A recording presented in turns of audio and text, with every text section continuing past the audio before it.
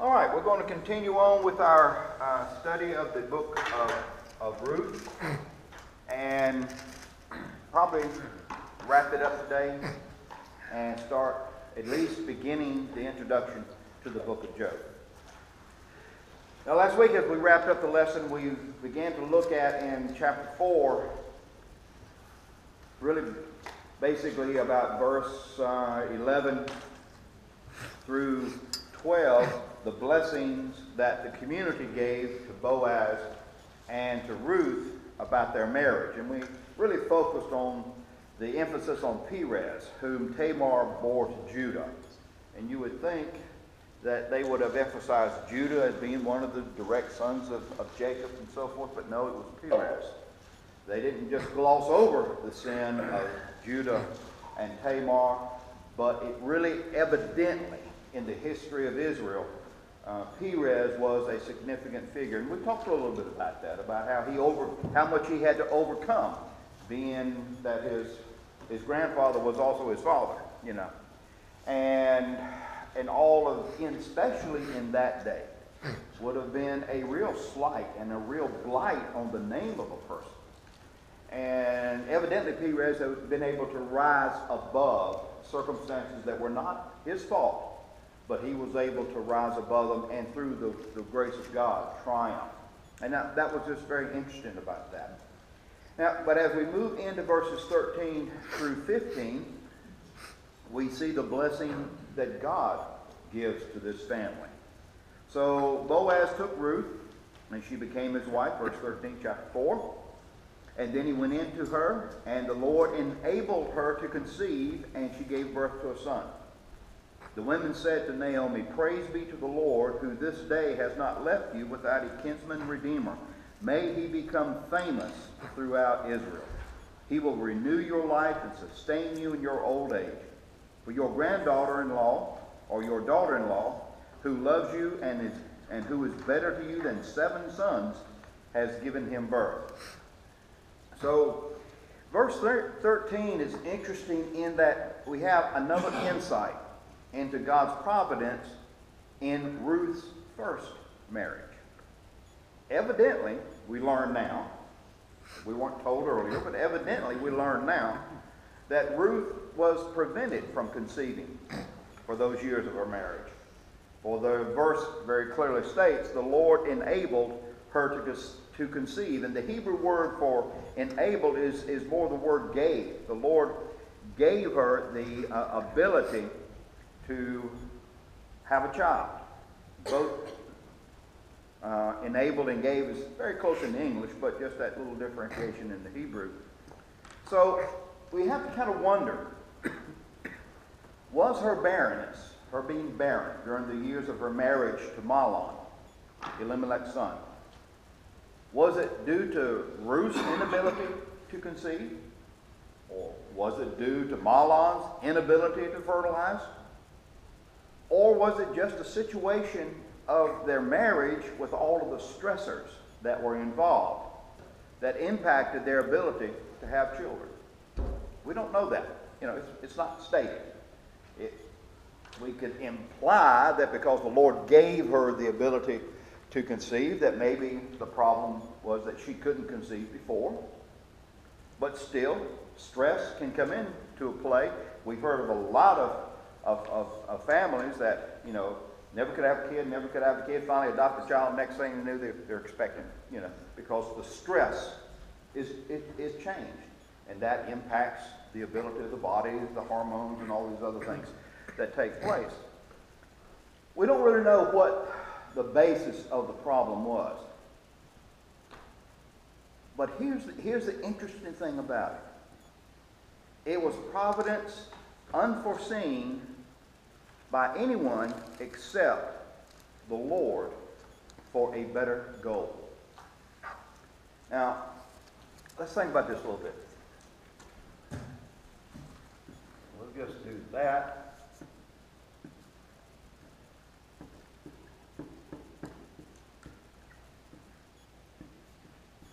For a better goal. This is hard for us to accept in our lives. hard to accept that if something which on the face of it is wanted, good, and possible,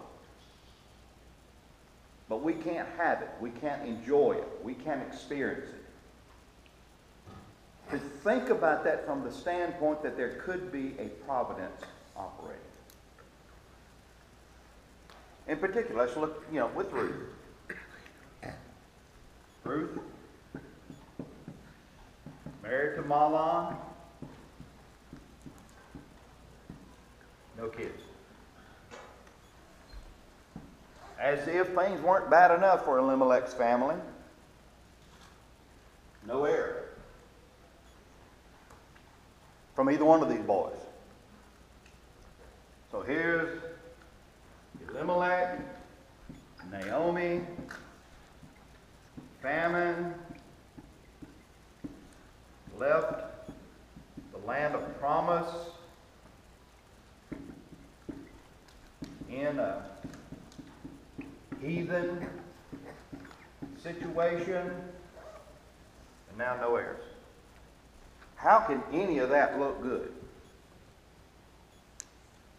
Just on the face of it. How does any of that look good? And to be able to see that with all of this, that God may have a better goal. Mahlon nor Elimelech saw the final end to this. But even though Mahlon was cut out of it in the sense that he actually didn't have a child of his own, there was going to be a child raised up in his name, Obed. And I believe both Elimelech as well as Mahlon would have said, well, I didn't see it then, but I like what God did. Talk to me about that a little bit. How hard is that? Or have we encountered situations, or have you heard of situations in which on the face of it everything looked like, why doesn't God do something? God is doing something. He's waiting for a better goal. Really, I think we see that every day if we just look back just a little bit. There are situations in my life where I look back and they were hard. They were bad. They were dark days. But all those events led to something else that was more positive. And I think the hard part is just to trudge through those dark places, realizing there is a better plan. And whatever the plan is, that's okay. Because life's going to have bad times anyway, so we might as well work in a positive direction.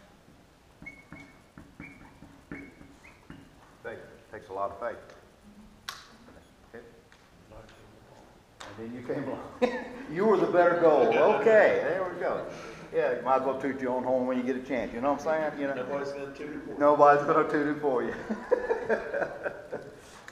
But yeah, there's times that we run into situations. Maybe they're not as dramatic as all this, but we still run into situations where we're wondering, how is it that God is not answering my prayer? How is it that God isn't doing something here? When really, all through all of this, God certainly may very well and is doing something different. There is a better goal, and we'll have to add this to it, in His will for that. Talk to me some more about that. How's that sound to you? Is it like, what? Or? I think too, sometimes it's not so much that you said a really bad situation that you're in, but just maybe for you a personal harder time. But in the end, you have to, it brings you closer to God because you allow Him, even though it's not a bad situation. Yeah. Right. Yeah. It's a time for you to draw closer. Yeah, it may not be as extreme and dramatic as all this, but it's just those times where, we have to exercise that faith. We have to exercise trusting that, Lord, I don't have an idea of what you're doing, but I believe you've got a better goal in mind. And it may be a different goal entirely than what we are looking for, but in His will, it's a better goal. Because He sees the whole situation and our peace within that whole process. And sometimes it may take years before we realize that God was on the scene when we thought excuse me, that He was nowhere to be found. It may take years to do this. With Elimelech and Naomi, they were gone for 10 years. And it took another year, at least, being back before they saw the better goal realized. And they still didn't see the goal. No. You know, the whole lineage of Christ, they had Right. no. No, they still didn't see that. Yeah, still didn't see that. So it's just interesting as we read Ruth, the book of the providence of God.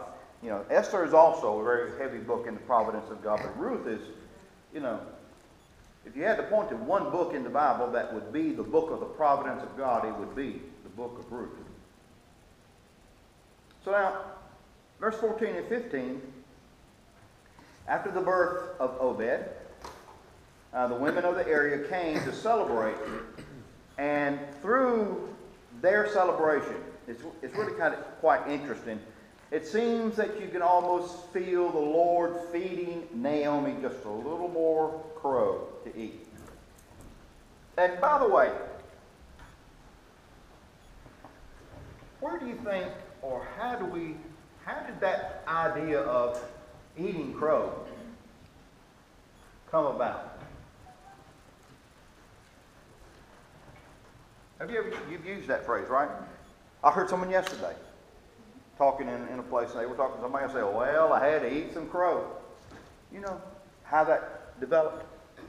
And why eating crow is the deal? I looked it up because... You're still talking about this long after the fact. It couldn't turn that way. Give us the story. Yeah. And what it seems to be. And it of course it means, you know, humiliation by admitting being wrong or having been proven wrong after taking a strong position. That's what the phrase eating crow refers to. And of course, Naomi had taken a very strong position. I went out full and the Lord brought me back empty. That's pretty strong. And the exact origin of the idiom is unknown, but probably began with an American story published around 1850 about a slow-witted New York farmer. And here's the story, as I just found it. A slow-witted, and this is a phrase that's used, so I'm not dissing the man.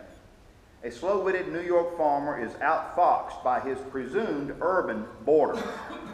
After they complain about the poor food being served, the farmer discounted the complaint by claiming he can eat anything. And the boarders asked him, well, can you eat a crow? And the farmer responded, I can eat a crow. So the boarders take him up on the challenge, but secretly spike the crow with Scotch snuff. The story ends with the farmer saying, I can eat a crow, but I'll be darned if I hanker after it. And that was supposed to be real funny back then. I guess you had to be there. Just saying, that's what the story reads. So it's one of those things, and that's supposedly the origin in 1850. It came about out of our own culture. One of the first references to eating your words is in a tract that was developed and published by John Calvin. And he published this tract on Psalm 62, where it is stated in Psalm 62, God eateth not his words when he hath once spoken. Out of that, we got this idea of eating your words. I've heard people say, you know, I'll eat my hat, if the people wear hats of ball caps anymore, and those types of things. But it was just interesting where that phrase eating crow developed. That is about as spiritual as anything else in the world, isn't it? You know. But But that's just where we come up with that eating crow. Because I've used it several times in talking about Naomi, and she gets another slice of crow to eat, because the people in the community say to her, verse 14, "Praise be to the Lord, who this day has not left you without a kinsman redeemer," referring to Boaz, a really good kinsman redeemer. "And may he become famous throughout Israel. He will renew your life and sustain you in your old age." Not only the kinsman redeemer, but this grandbaby that has now been born, Obed, whose name means serve, to serve.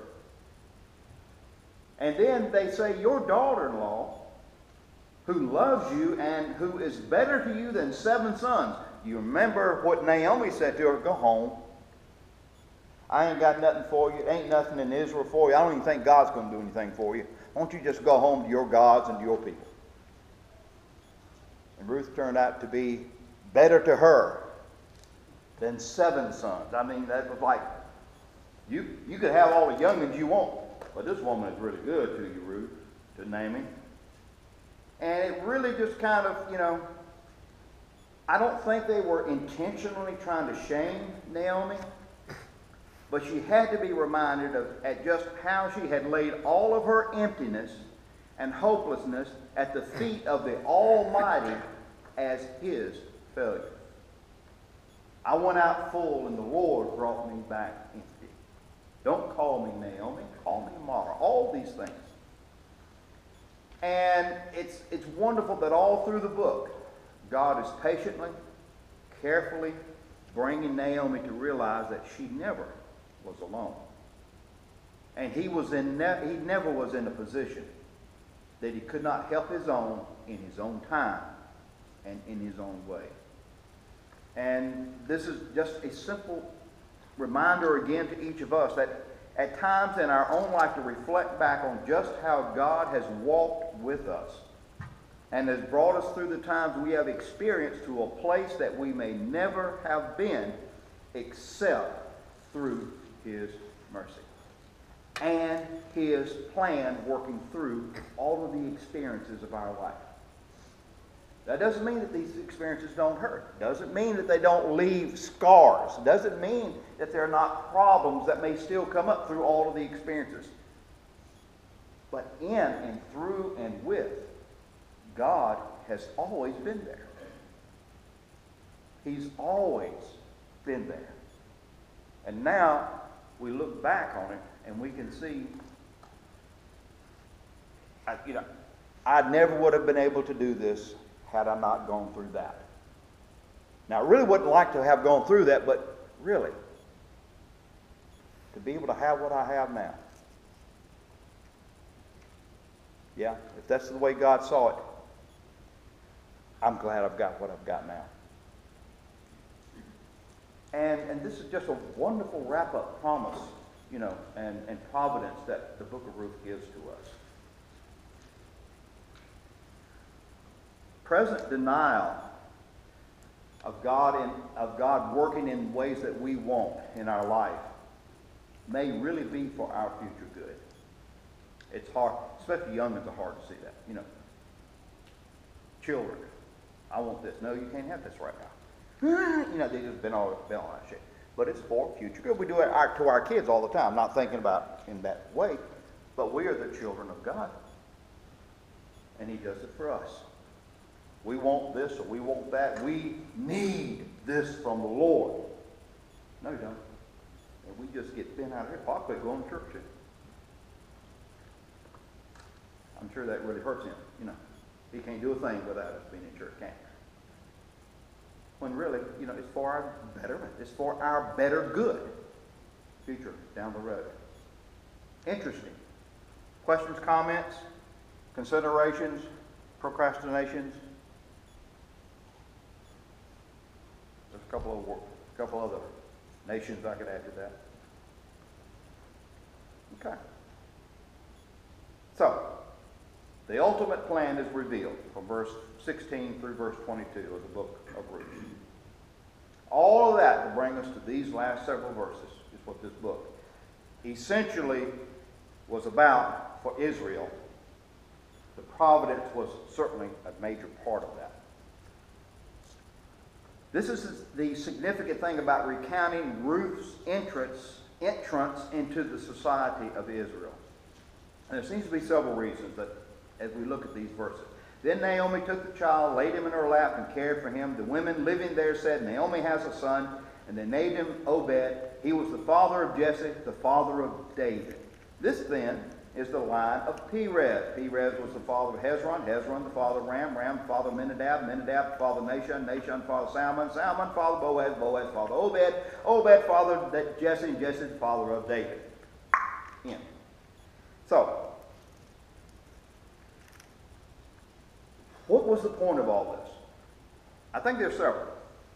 Certainly one, to show the legitimacy of David to fulfill the functions of king. You remember Deuteronomy chapter 23 verse 2 talked about how many generations had to happen before a person could come into the assembly. That didn't catch David. That wasn't, he could prove that this didn't impact him. This genealogy shows at least 10 significant generations between Perez and David. And the fact that he wasn't a Moabite, as lineage went through the father's line, was removed. Deuteronomy chapter 23 verse 3, that problem was removed. Had Boaz been a Moabite, no, David couldn't have been king. Ruth was a Moabite, but the line of lineage came through the father. To demonstrate the ability of God, here's another thing, to triumph through adversity. And we've talked about this a lot, so I won't say much more about that, but this is one of the great practical things for us, to demonstrate the ability of God to triumph through any adversity. And to note that, we talked about this psalm last week, to note the quality of the heritage of this great king, King David. There was quality in David's history. And in that day, more so than oftentimes in ours, at least, in our nation, historical pedigree and the types of persons that are in a family's history is hardly recognized in our day, except to point out problems. Well, you know how his granddaddy was. No. But David could certainly look to his past and see examples of the type of people that made up his family lineage.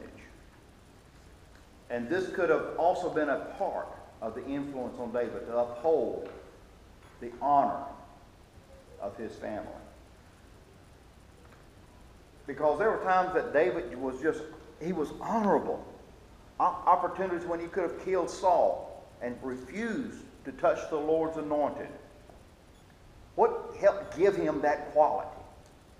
Could be, at least part of it, looking back to see the type of people, Boaz, Ruth, Obed, Jesse, the type of people these people were. And that had an influence on him. You know, it is significant for us as parents, grandparents, adults, to try to leave that record so that somebody coming after us, whether it's our own family members or maybe it's people that we are just simply around, can use our life and our examples as an incentive to do the right thing. We all have had people in our lives that have influenced us, good ways and bad ways. But that points up the importance of influence, the importance of the example that we lead. And I think this is one of the reasons that the book of Ruth is included. The history has come in with this. And of course, this, as well as other genealogies, show that Jesus, being born of Mary and Joseph, being his legal father, was truly of the house of David and could fulfill the prophecies of Messiah. And the inclusion of several Gentiles, Ruth being one, into the line of Messiah also shows that God's people are not just bloodline Jews, but Jews in spirit. I think all of these things, and maybe more, come into play as to the reason this genealogy is given to us at the end of the book. So, The book of Ruth is, if nothing else, an account of life pictures, a lot of life pictures as we have seen, and how God works, often behind the scenes, to care for those who are the called according to his will. Romans 8:28 is example in the book of Ruth. Questions, comments on this before we move on? I'm not going to print out a copy of our notes. I probably will do this as a set with Ruth, Job, Esther, and Habakkuk. We're going to look at those. Those are the books we're going to look at, and I'll probably print those out as a full. Unless you just want one, then I'll see if I can do that. Any other questions or comments on our concluding studies of the book of Ruth? Well, you know, Billy, I think this book sort of shows us that, I mean, these were just common, ordinary people. Plain folks. You know, they're not outstanding, just like we are. Mm-hmm. But sometimes I think we don't realize that what happens to us and how we handle it may influence people around us that we don't even know are watching us. Because I did that as a teenager. I had trouble, you know, I was troubled because I couldn't understand what the Christian life was about. So I picked out 5 women in the church that I thought were godly women. And I watched them to see how they handled their life, how they reacted to things. And I can honestly say they influenced me very well. None of them ever let me down. Wow. Wow. How about that? How about that? I mean, that is powerful. Mm-hmm. If nothing else, simply the fact they never let me down. Yeah. I can't say that. I have let a lot of people down, I'm sure. I can't say that. So that's powerful. One, these 5 women were powerful. They didn't know it, but they were powerful. No, they didn't. Yeah. They never knew I was watching them. Yeah. I told them years later. Mm-hmm. I was probably in my 30s or 40s before I ever told them. That is powerful. And it really points up the fact, how many people in this church are watching you? You have no idea. I have no idea. And, you know, they're not telling us. They're not saying anything. But they're watching. Young people especially have a way of doing that. There's some young people that you can see them in a group, and there's some that you can just see their eyes just kind of move. They don't say much, but they're observing. But there's volumes coming in through what they observe. And it really is a challenge to us, as well as probably some instructive discipline, to think about, what are they seeing? Doesn't mean you've got to try to, walk around with a happy, holy smile on your face and your hands like this. No, just live. Live life. And live it in a way that the folks who watch you will see something that they can take in that will help clarify, inspire, direct, teach, without you having to actually do anything specific. Thank you for that. That's powerful. That's powerful. Great. Other comments before we move forward?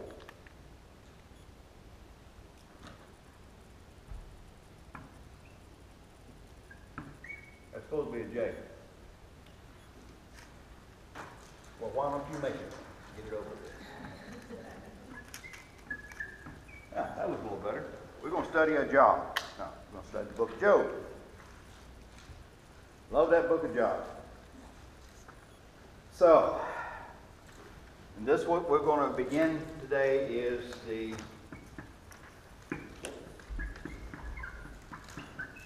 introduction, which is typical with every book that I cover.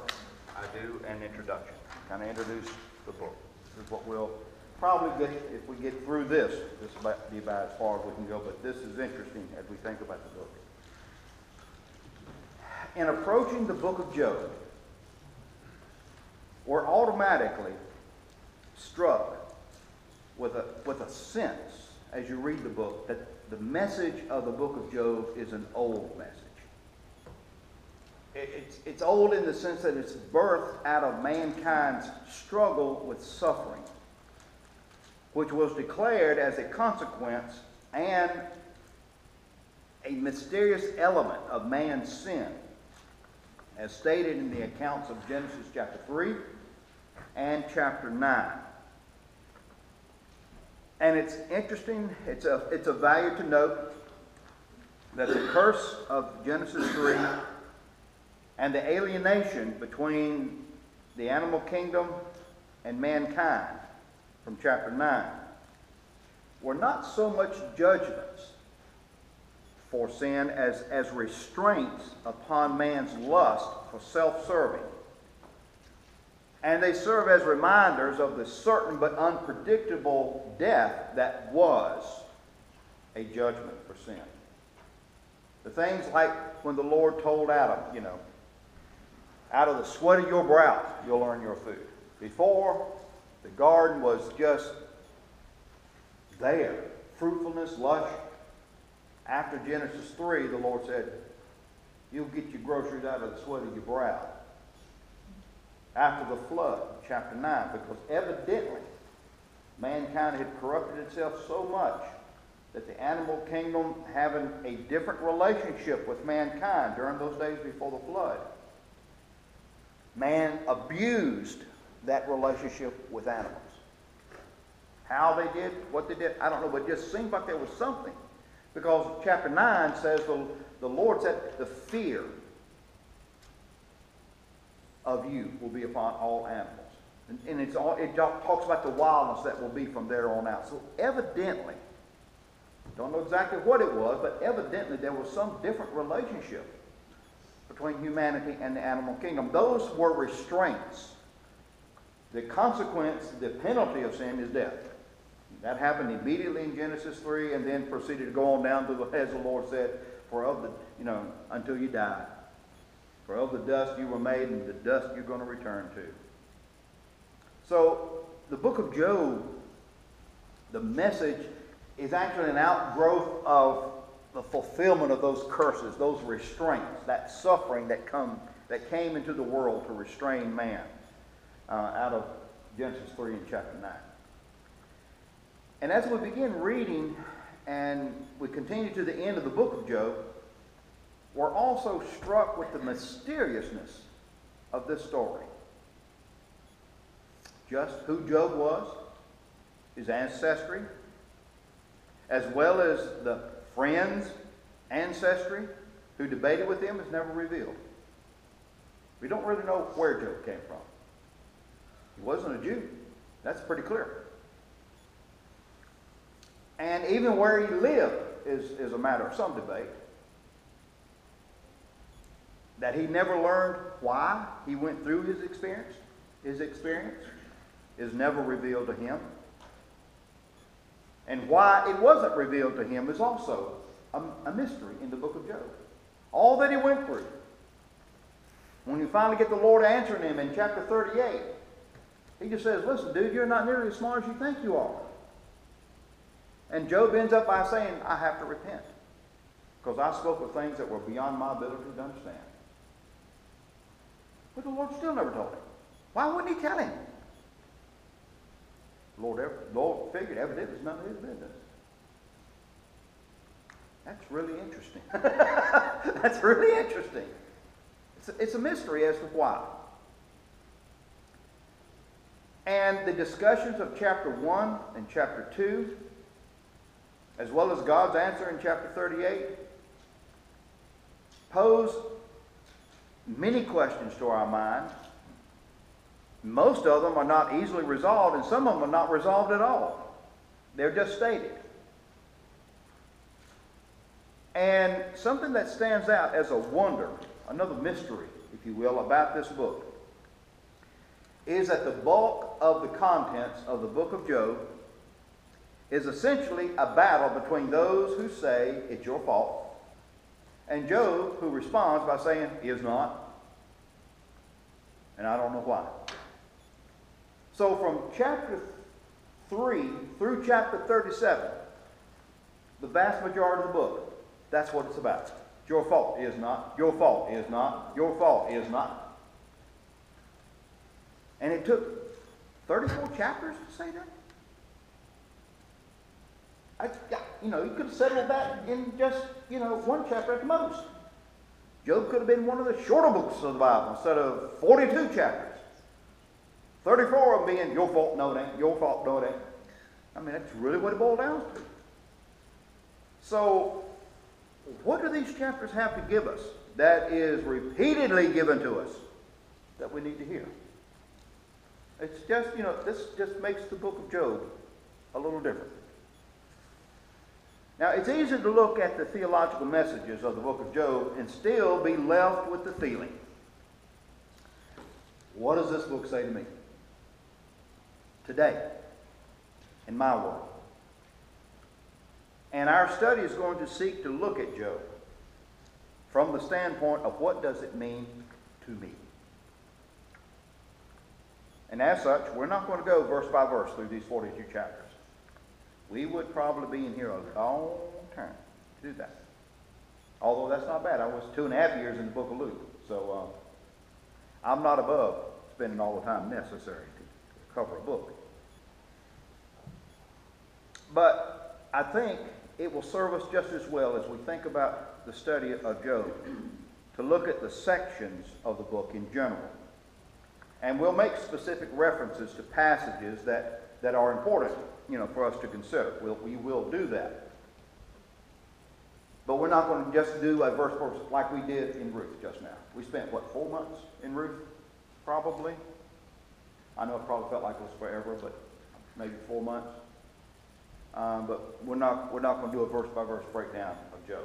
It's not necessary. Like I said, 34 chapters of your fault is not. That's the basic. Now, what those chapters are presenting as to why they said that, that's where it's interesting. And we will cover those things. Because we still hear those today. And we still think about those today. But we have to understand something about the book of Job and about this study. To say that this study is going to provide an answer to every personally specific question you may have about your suffering would be a very sad overstatement on my part. And the result of this study will leave you about as much in the dark at the end of it as it may be here now at the beginning. I won't be able to give you an answer from this book for every personally specific thing that you may have or are encountering. Nor will this study provide a step-by-step guide to seeing suffering as it occurs on a global stage. It doesn't deal with that. This book doesn't deal with that at all. It doesn't deal with those great big issues that we talk about. Job doesn't cover that. People have tried to make it cover that, but it really doesn't cover that. Genesis 3 and Genesis 9 really covers that better than the book of Job does.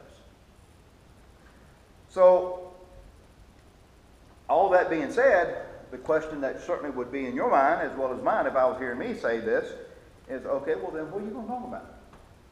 If you're not going to address these things, I believe I'll just knock off for the next several months and come when you start, the book of Esther or whatever you do.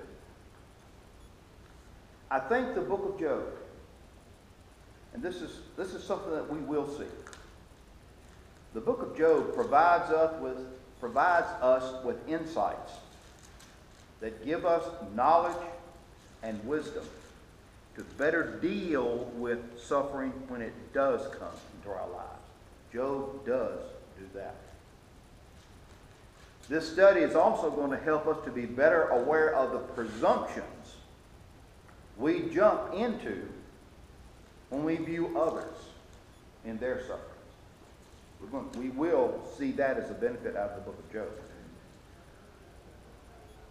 This book is also going to point us to God in the midst of our life experiences that will be in the midst of whatever suffering we may encounter, of great spiritual and practical help to us. Through this book and this study, I am sure we are going to learn some surprising things about ourselves. And with that learning, we're going to develop some wisdom for our everyday walk in this life. Now, that and that's probably about as far as I can go without getting into a whole lot more. Yeah, I won't be able to do that unless I keep you all about 10:30. Then we might have some suffering going on if I keep you all about 10:30.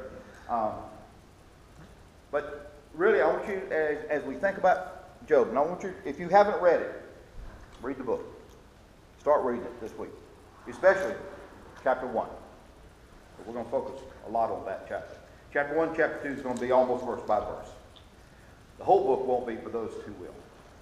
And really think about approaching Job as, what does it tell me about how I can deal with suffering, rather than why I have suffering.